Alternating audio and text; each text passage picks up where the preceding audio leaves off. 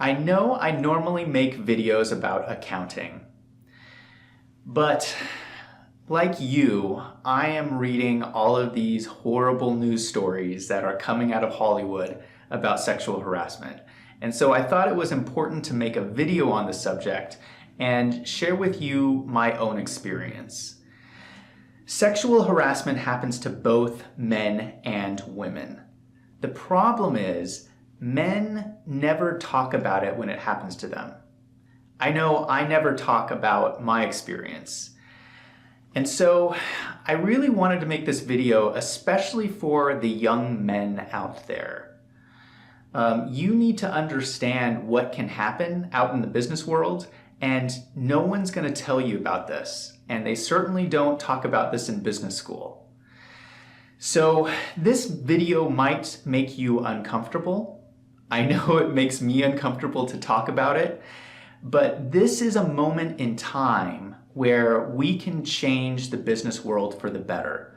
But it's going to require an open and honest conversation about sexual harassment.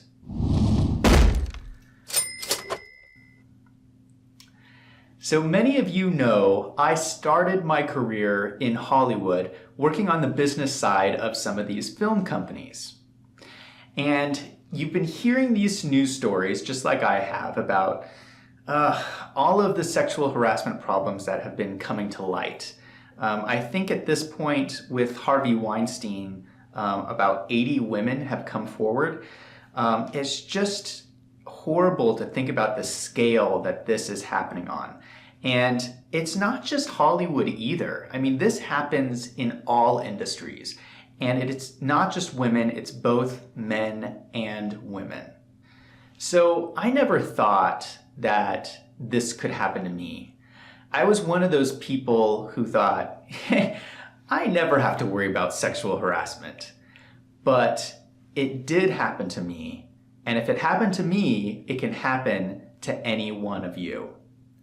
And so I have two goals for this video. Number one, I want to make sure that you're prepared so that you know what to do if you ever find yourself in a situation of sexual harassment.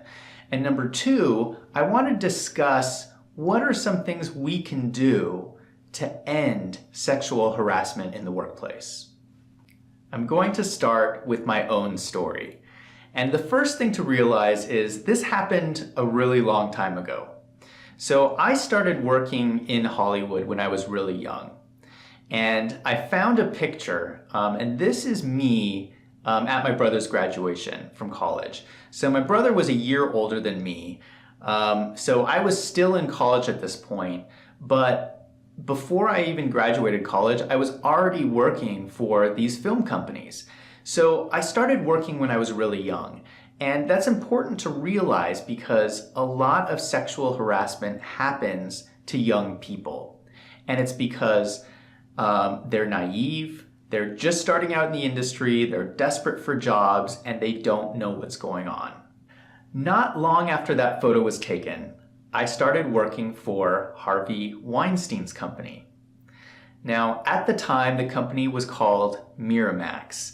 And I worked there during the time when they were making Kill Bill Volumes 1 and 2. Now you have to realize I was an intern. I was still in college, I was working part-time, so I was not anybody important and I didn't have access to see a lot of what was going on in the company. In fact, I never even met Harvey Weinstein. But I have to say, to be honest, I never saw any signs of sexual harassment at Miramax. It must have been happening behind closed doors. It's not like it was happening out in the hallways or anything, because if it was, I would have seen it. And I have to say, there's more to that company than just Harvey Weinstein.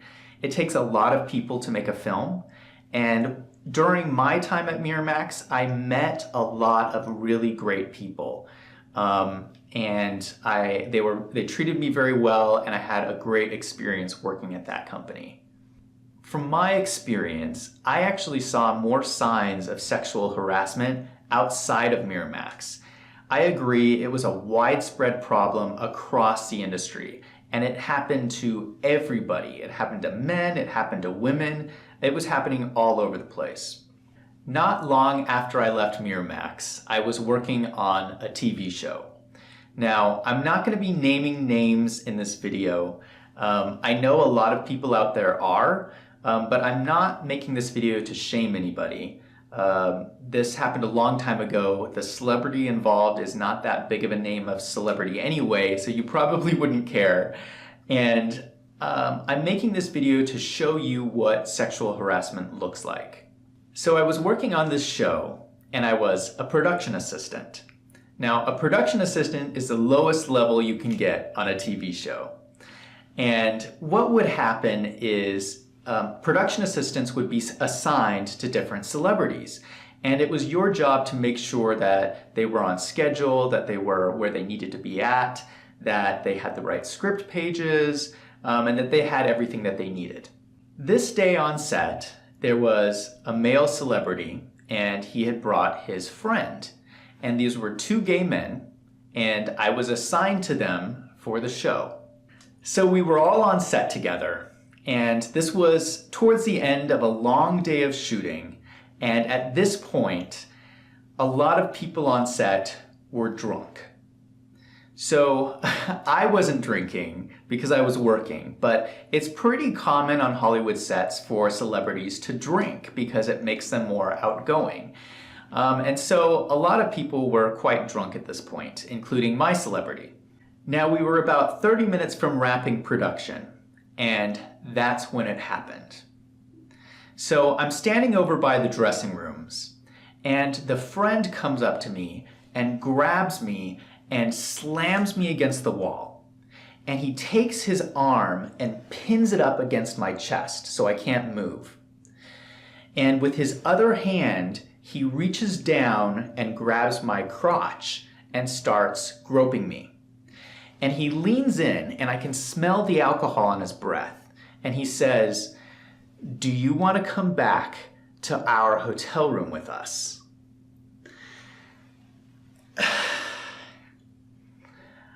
I did not see this coming at all. I was completely taken by surprise. And let's be clear here. This is not acceptable workplace behavior. I was just doing my job, and nobody should have to come to work and have to deal with something like this. Now, luckily, I'm a pretty strong guy, and I'm also very outspoken. And so what I did was I shoved the guy off. I said, "Hell no, get off of me." And I got out of there. And I called my supervisor and I got him involved. What's really concerning to me is if this had happened to somebody who wasn't as strong as me or someone who wasn't as assertive as me, the situation could have been a lot worse. I was completely unprepared for that situation. I didn't know what was going on. I didn't know what to do. And what happens in that moment is you start thinking these thoughts in your mind. You start thinking, am I going to get in trouble for this? I'm supposed to be taking care of these people. What are other people going to think about me? Am I going to lose my job? You think all of these thoughts going through your mind. And what I want people to realize is that at that moment, you need to not worry about your job. Your number one job is to keep yourself safe. So I'm going to give you 3 action steps to take if you ever find yourself in the situation of sexual harassment. Number 1, be assertive and say no. Number 2, get to safety. And number 3, call your supervisor. If you do these 3 things and get your supervisor involved, they can help you. Now, I realized I was really lucky because I was working a lot at this point, and so it was easy for me to just jump onto another show, and then I didn't have to deal with that celebrity anymore. I know that not everybody is in that situation, but you are still better off if you get other people involved who can help you. So I want to take a step back and ask the larger question, which is, how do we end sexual harassment from happening? And I think that there's a lot that we can do. I mean, we're all business people here, and we have a responsibility to stop sexual harassment in our organizations. And if you're a leader in an organization, it's your job to take a stand and say, not on my watch. I actually take a much stronger stance than most other people on sexual harassment. You know, most people try to draw these distinctions between what's okay and what's not okay. Like, is flirting okay? Is touching okay? Where do you draw the line? And I draw the line at none of it's okay. I even made a video 4 months ago on the topic of don't date at work. What I want to know is, why are all these people hitting on other people at work? It's not a club. It's not a social scene. People come to work to make money, and they should be able to be free to do that without dealing with sexual harassment. Now, I know companies are reluctant to make such a bold statement as to take flirting out of the workplace, but that really does solve the problem. If you take flirting out of the workplace, you don't have sexual harassment. And I would like to see more leadership from our companies to stand up for that. I do realize that we are humans with feelings and emotions. I mean, we're not robots.